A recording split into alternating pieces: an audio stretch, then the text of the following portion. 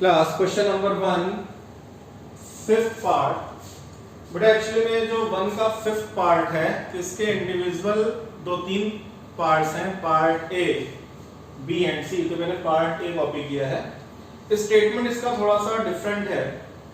यहाँ पे relation are जो डिफाइन करी गई है इन द सेट ए, और यहाँ जो सेट ए है of human beings in a town eight a particular time, मतलब उस सेट ए में उस टाउन के पर्टिकुलर ह्यूमन बीइंग्स का कलेक्शन है, और उस पे एक रिलेशन आर ऐसे डिफाइन करी गई है कि आप उस टाउन में जितने भी मेंबर्स हैं, जितने भी पर्संस हैं, आप क्या कैलकुलेट करोगे? ए क्रॉस ए, कार्टेशियन प्रोडक्ट आएगा। बट हमें ए क्रॉस ए की नीड नहीं है। तेरा वहां से वो ऑर्डर पेयर आप उठा के कैपिटल आर में रखो x, y फॉर्म में, such that x and y work at same place। मतलब इन दोनों में क्या रिलेशन है कि ये दोनों एक ही जगह पे काम करते हो, वर्क एट सेम प्लेस। ठीक है, तो मुझे रिफ्लेक्सिव, सिमेट्रिक और ट्रांजिटिविटी चेक करनी है। तो पहले रिफ्लेक्सिव पे आते हैं। यहां भी सेम अप्रोच लगाएंगे। क्या लिखेंगे? Let any x belongs to a, let any x belongs to a। x क्या है? x बेटा यहाँ पे कोई ह्यूमन बीइंग होगा जो इस कैपिटल यानी इस टाउन को बिलोंग करता होगा। ठीक है, तो आप बताओ अगर any x belongs to a तो हम क्या लिखेंगे? since, अब इस रिलेशन को पढ़ो। यहाँ पे क्या रिलेशन लिखी है? x and y work at same place, तो आप क्या लिखोगे? x and x work at same place। तो since x and x work at same place, ये क्या है बेटा? स्टेटमेंट ट्रू है कि फॉल्स है? बिल्कुल ट्रू है। तो अगर x and x work at same place है, ये सही है, तो हम क्या लिखेंगे कि x, x कहां बिलोंग करेगा? इस रिलेशन को बिलोंग कर जाएगा। और अगर x, x इस रिलेशन को बिलोंग करेगा, for all x belongs to a, it implies r is reflexive. Relation r कैसी हो गई? रिफ्लेक्सिव हो गई। पैरेलल बेटा सिमेट्रिक भी चेक कर लेते हैं, जगह बची हुई है। सिमेट्रिक, सिमेट्रिक में क्या स्टेटमेंट लिखते हैं? आप लिखोगे let x, y belongs to r। हमने मान लिया कोई pair x, y relation r को बिलोंग करता है। तो यहां से इंफॉर्मेशन क्या मिली कि x and y work at same place.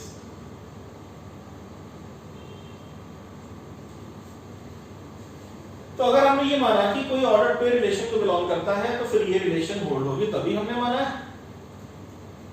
तो अगर x और y एक ही जगह काम करते हैं तो बेटा ये तो कॉमन सेंस है ना कि y एंड x भी सेम जगह काम करेंगे। तो this also implies y and x also work at same place।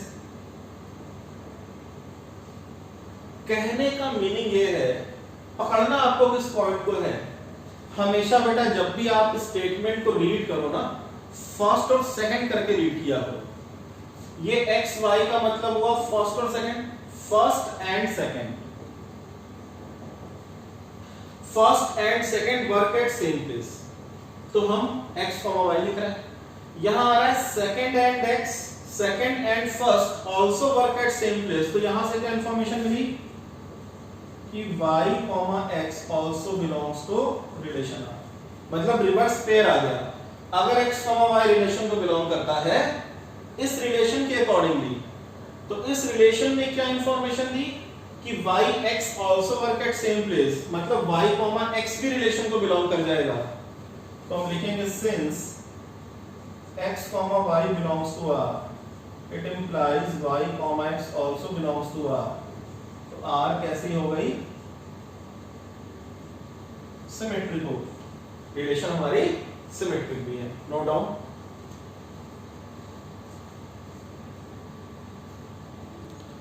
Third one transitive. Transitive की स्टार्टिंग कैसे करनी है? बार बार बताया बेटा। क्या लिखोगे?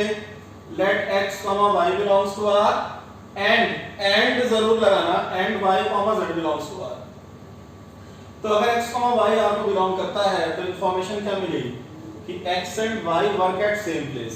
इस स्टेटमेंट को मैंने स्टेटमेंट 1 एज्यूम कर लिया। y, z belongs to r का मतलब क्या हुआ? y and z work at same place, statement number 2 इसके अकॉर्डिंगली। अब बेटा ये बताओ कि अगर x और y एक ही जगह पे काम करते हैं, वर्क एट सेम प्लेस, और फिर y और z भी एक ही जगह काम करते हैं, तो अंडरस्टूड है कि x और z भी एक ही जगह काम करते होंगे। तो हम ये लिखेंगे from 1 and 2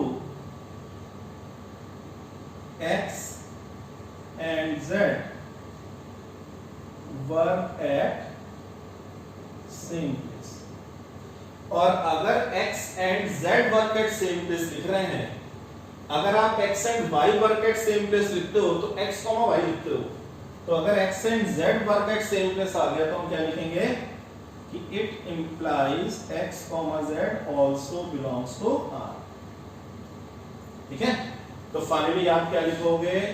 since x, y belongs to R and y, z belongs to R implies x, z belongs to R, hence R is transitive। बेटा एक एक स्टेटमेंट मैं खुद लिख रहा हूं, मैं ये नहीं बोल रहा कि बेटा आप लिख लेना। मतलब आपको अपने एग्जाम में एक एक स्टेटमेंट ऐसे ही सॉल्व करके ऐसे ही दिखाना है, ठीक है? क्योंकि इसमें लिखने के ही मार्क्स हैं। आप कोई भी स्टेटमेंट अगर स्किप करोगे तो मार्क्स आपको नहीं मिलेंगे, ठीक है?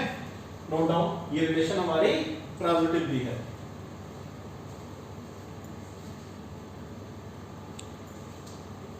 बेटा बी पार्ट 1 का 5th पार्ट है, उसका B part relation R. Set वही है बेटा, set A of human beings.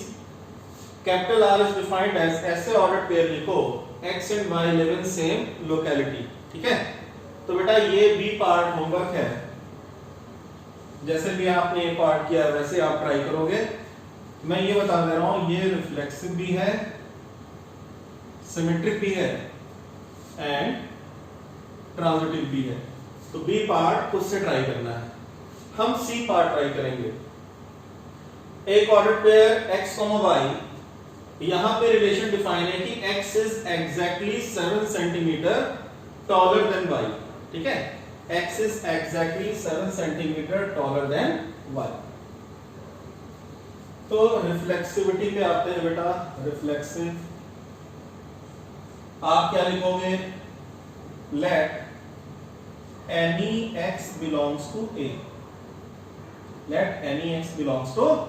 कोई ह्यूमन बीइंग हमने सेट ए से उठाया। अब जब आपने x को ऐसे उठाया, बस इस स्टेटमेंट को लिखो। क्या लिखोगे? x is exactly 7 centimetre taller than. अब y की जगह पे आप x लिखोगे। Let any x belongs to A. हम इस स्टेटमेंट की ट्रूथनेस को चेक कर रहे हैं कि ये सही है या गलत है। तो let any x belongs to A, तो ये इंफॉर्मेशन ये देगा कि x is exactly 7 centimetre taller than x। ये बताओ बेटा, क्या कोई खुद से 7 सेंटीमीटर टॉलर या शॉर्टर हो सकता है? ना तो बड़ा होगा ना छोटा होगा।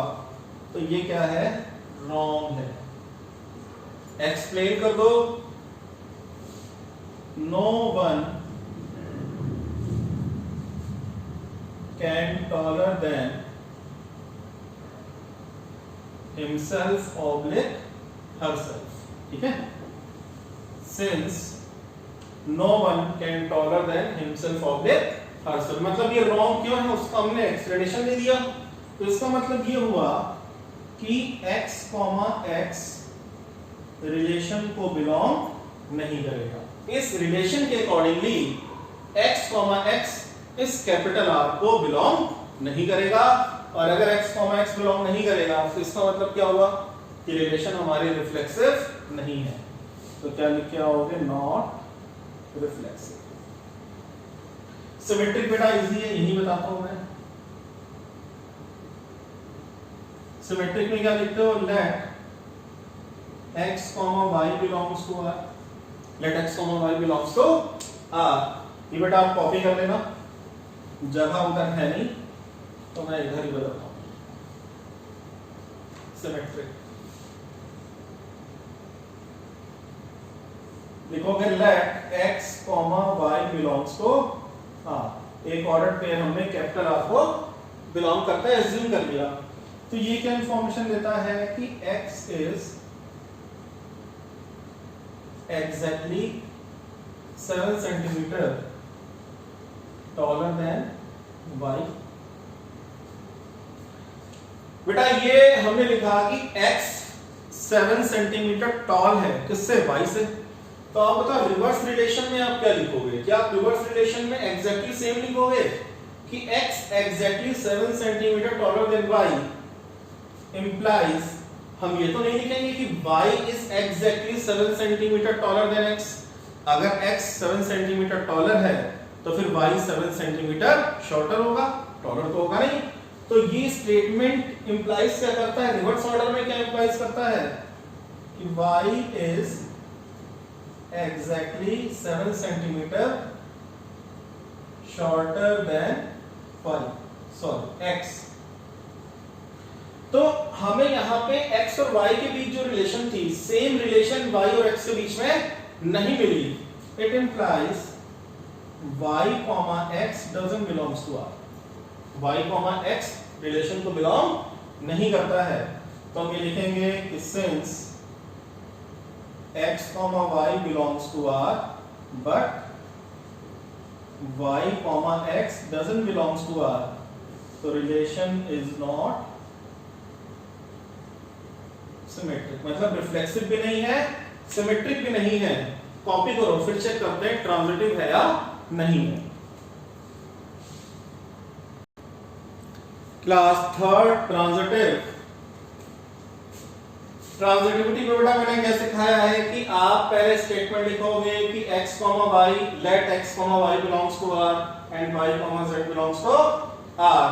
यहां पे जो भी x, y, z है वो कैपिटल है, यानी ह्यूमन बीइंग्स हैं।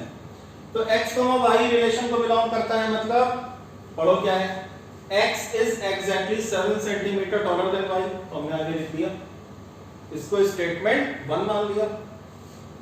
और y, z अगर रिलेशन को बिलोंग करता है तो y is exactly 7 centimetre taller then z। ये बेटा एक छोटा सा डायग्राम बनाया मैंने, ये x है, ये y है और ये z है। तो x की हाइट क्या लिखा है? x is exactly 7 centimetre taller than y। तो x की हाइट y से कितनी ज्यादा है? 7 सेंटीमीटर टॉल है x, किससे? y से। और कोई z ह्यूमन बीइंग है तो y उस z से कितने सेंटीमीटर टॉल है? 7 सेंटीमीटर टॉल है। तो x की y से भी रिलेशन है, इसके अकॉर्डिंगली y की z से भी रिलेशन पॉसिबल है, इसके अकॉर्डिंगली। ठीक है बेटा, तो आप बताओ x और z की हाइट में कितना डिफरेंस आएगा? 7 सेंटीमीटर ये हो गया, 7 सेंटीमीटर ये हो गया, कितना हो गया? एग्जैक्टली 14 सेंटीमीटर हो गया। तो x z से कितना टॉल है? 14 सेंटीमीटर टॉल है।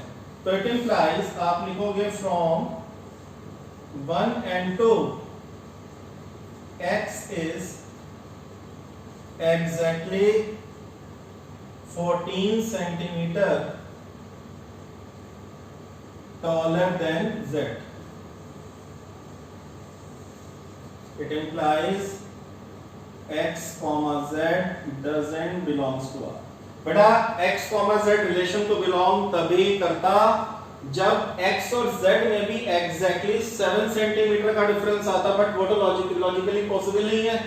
और दूसरा बेटा ये डायग्राम एग्जाम में नहीं बनाना है, ठीक है, केवल एक्सप्लेन करने के लिए बनाया गया है। ठीक है भाई, तो आई होप बेटा क्लियर हो गया होगा कि x y रिलेशन में है, y z भी रिलेशन में पॉसिबल है, बट इसके अकॉर्डिंगली x z की सेम रिलेशन एग्जिस्ट नहीं करेगी, तो रिलेशन नॉट ट्रांजिटिव।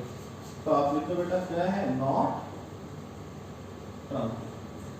तो आप फाइनली बेटा ये लिखोगे x y रिलेशन में है, y z रिलेशन में है, but it implies that x, z doesn't belongs to r। ठीक है, नोट कर लो बेटा।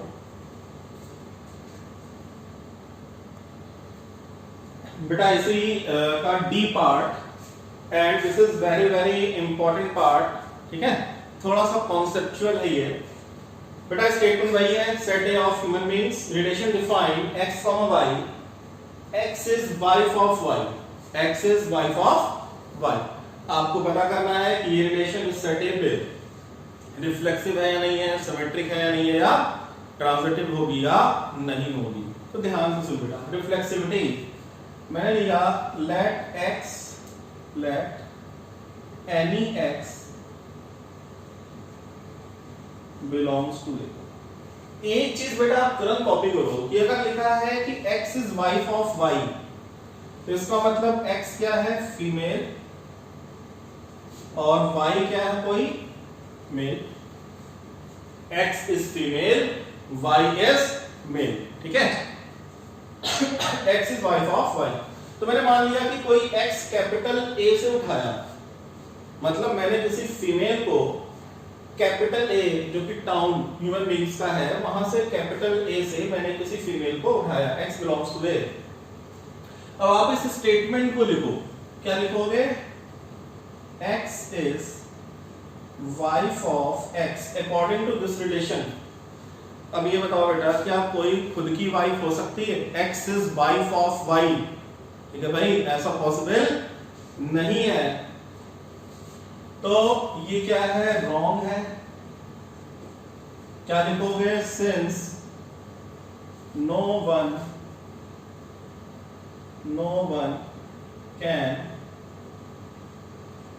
वाइफ ऑफ हरसेल्फ, कोई खुद की वाइफ कैसे हो सकती है भाई, तो इसका मतलब ये हुआ, it implies x, x doesn't belongs to relation R। तो ये रिलेशन हमारी reflexive for all x belongs to A। हर एक x के लिए x, x रिलेशन को बिलोंग नहीं करेगा, तो नॉट रिफ्लेक्सिव, ये रिलेशन रिफ्लेक्सिव नहीं होगी। Note down. अब बेटा सिमेट्रिक पे आते हैं। तो सिमेट्रिक में स्टेटमेंट हम क्या लिखते हैं कि let x, y belongs to R। ये क्या इंप्लाइज करेगा कि x is wife of y। फिर यहां से हम रिवर्स स्टेटमेंट लिखते हैं। अगर रिवर्स स्टेटमेंट भी इसी रिलेशन के अकॉर्डिंगली वैलिड है तो सिमेट्रिक है, अदरवाइज सिमेट्रिक नहीं है। आप बताओ बेटा, अगर x is wife of y है तो x फीमेल है और y मेल है, तो रिवर्स ऑर्डर में आप क्या लिखोगे कि अगर x is wife of y है, it implies y is husband of x। ऐसा थोड़ी ना लिखोगे कि x y की वाइफ है और y x की वाइफ है, ऐसा थोड़ी ना होता भाई। तो अगर x is a wife of y, then y is a husband of x, आप ऐसे लिखोगे। इसका मतलब सेम रिलेशन तो आई, y, x doesn't belongs to R। तो हम लिखेंगे since x, y belongs to R, but y, x doesn't belongs to R, R is not symmetric। Note करो बेटा, फिर ट्रांजिटिव पे आते हैं, ठीक है।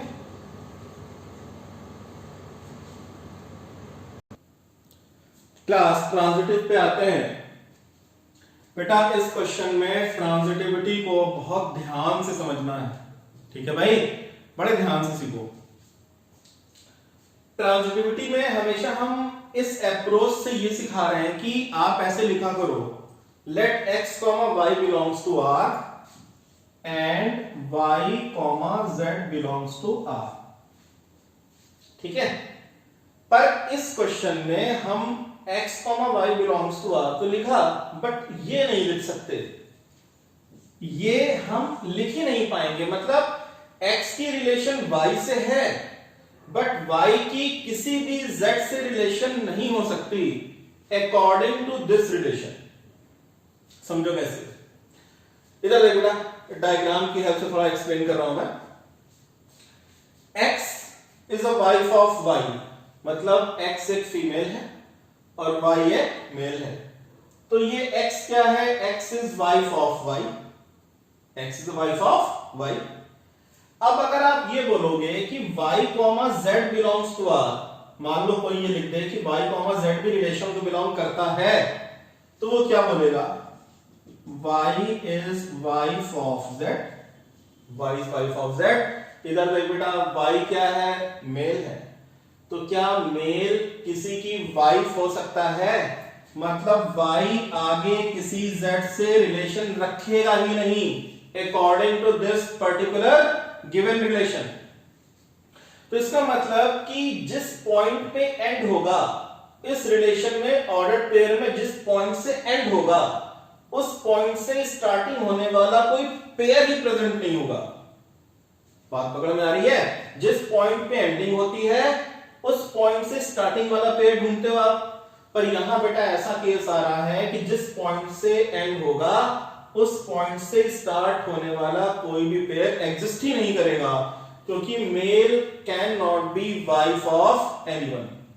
ठीक है, हस्बैंड हो सकता है, वाइफ थोड़ी ना होगा भाई। फिर से भैया डायग्राम चित्र नहीं बनाना है एग्जाम में, समझाने के लिए बनाया है। तो इसका मतलब ये हुआ, अब आप लिखोगे कैसे? आप ये लिखोगे let x, y belongs to R, फिर ये लिखोगे but since y is a male, y क्या है? एक मेल है, it implies y can not relate with any z, y can not relate with any z according to given relation. It implies y comma z he relation में नहीं आएगा, y comma z relation के अंदर आपको दिखेगा ही नहीं।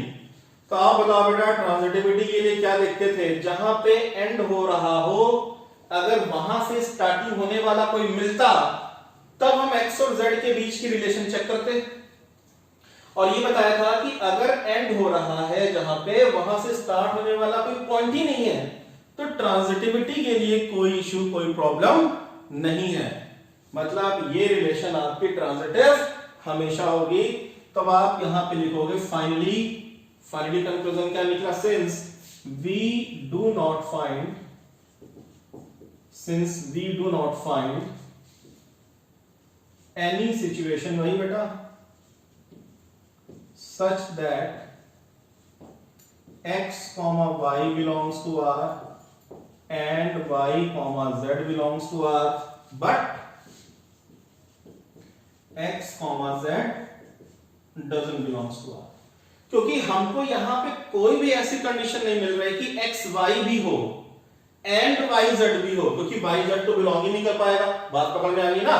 तो x, y relation में है, y, z रिलेशन में है, उसके बाद अगर x, z रिलेशन में ना हो तभी ट्रांजिटिव नहीं होता है, वरना हमेशा ट्रांजिटिव होगा।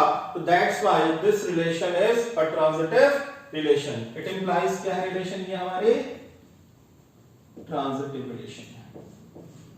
ठीक है, नोट कर लो बेटा।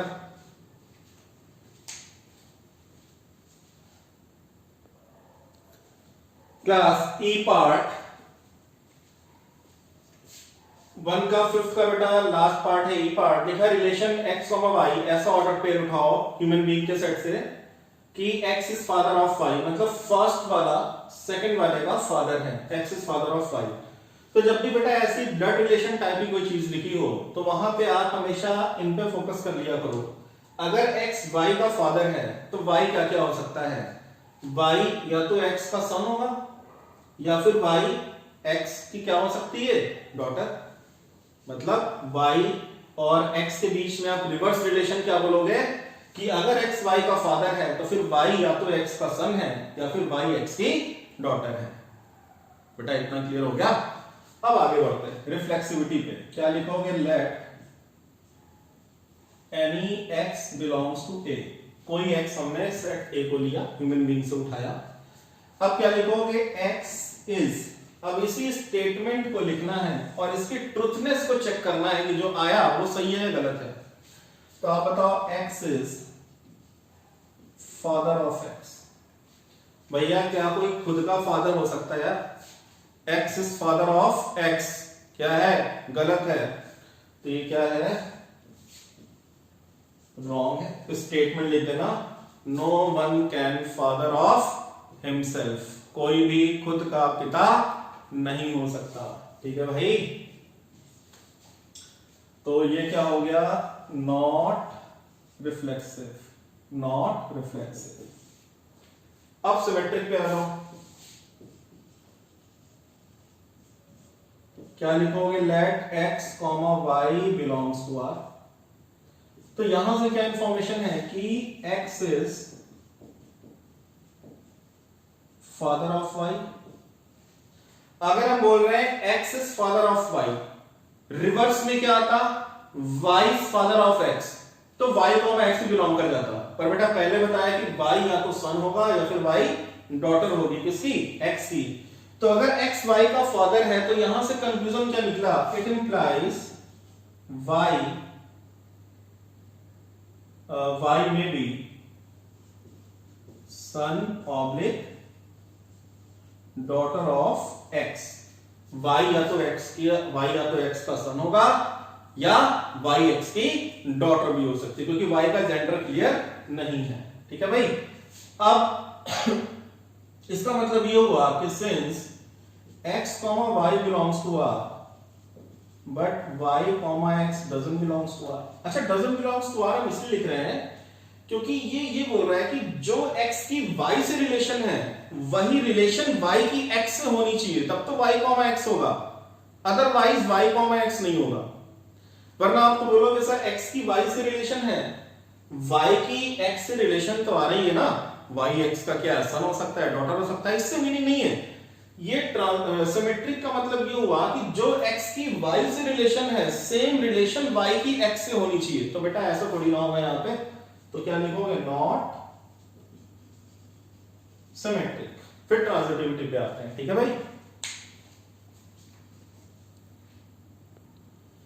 क्लास ट्रांजिटिव को बेटा यहां पे ध्यान से आप सीखना। ट्रांजिटिविटी में हम हमेशा स्टार्ट करते हैं कि let x, y belongs to R and y, z belongs to R।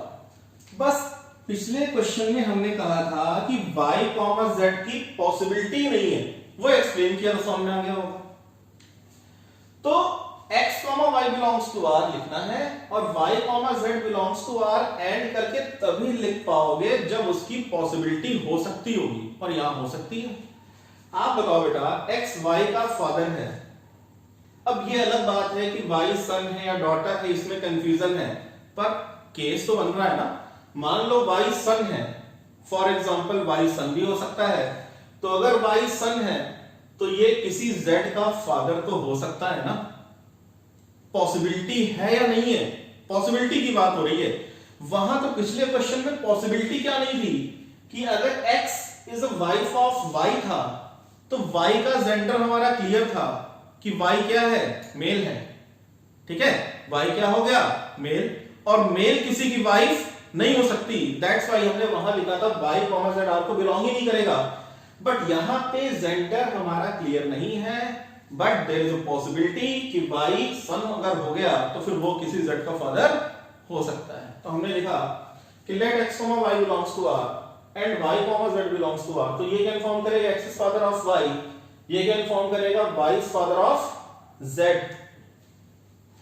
तो यहां से फ्रॉम 1 एंड 2 क्या मिला, फ्रॉम 1 एंड 2 क्या मिला, पता बेटा, अगर x y का फादर है, ठीक है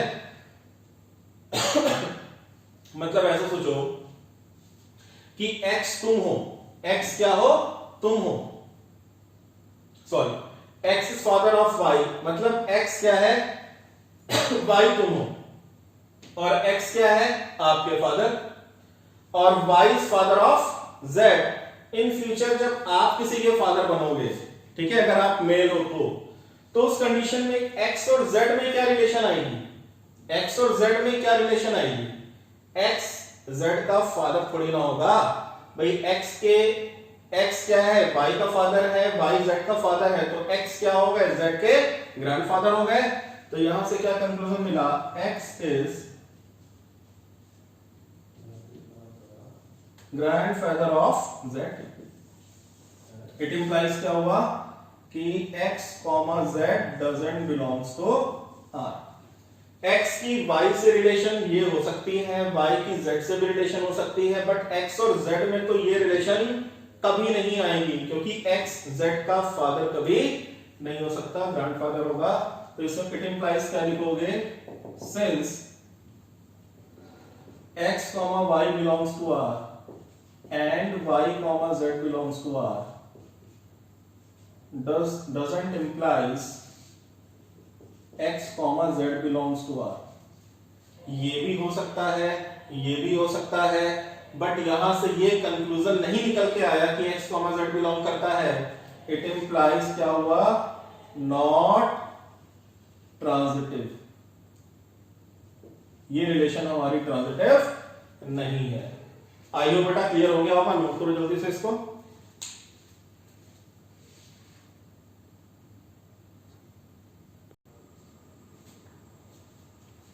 क्लास कॉपी कर लिया बेटा। बेटा आज की क्लास में इतना ही, नेक्स्ट क्लास में हम और कुछ अच्छे क्वेश्चंस को सॉल्व करेंगे, ठीक है। क्वेश्चन नंबर 1 के बेटा बहुत से पार्ट्स है, क्वेश्चन नंबर 1 खत्म हो गया, तो क्वेश्चन नंबर 2 ऑनवर्ड से स्टार्ट करेंगे। बट ये है बेटा कि कोई भी एक्सरसाइज, मेनली बेटा मेरे लिए एक्सरसाइज मैटर नहीं करती, कॉन्सेप्ट आपको बहुत अच्छे से अगर क्लियर होगा ना तो एक्सरसाइज बहुत इजीली वे में सॉल्व हो जाती है। समझ में आया क्लास?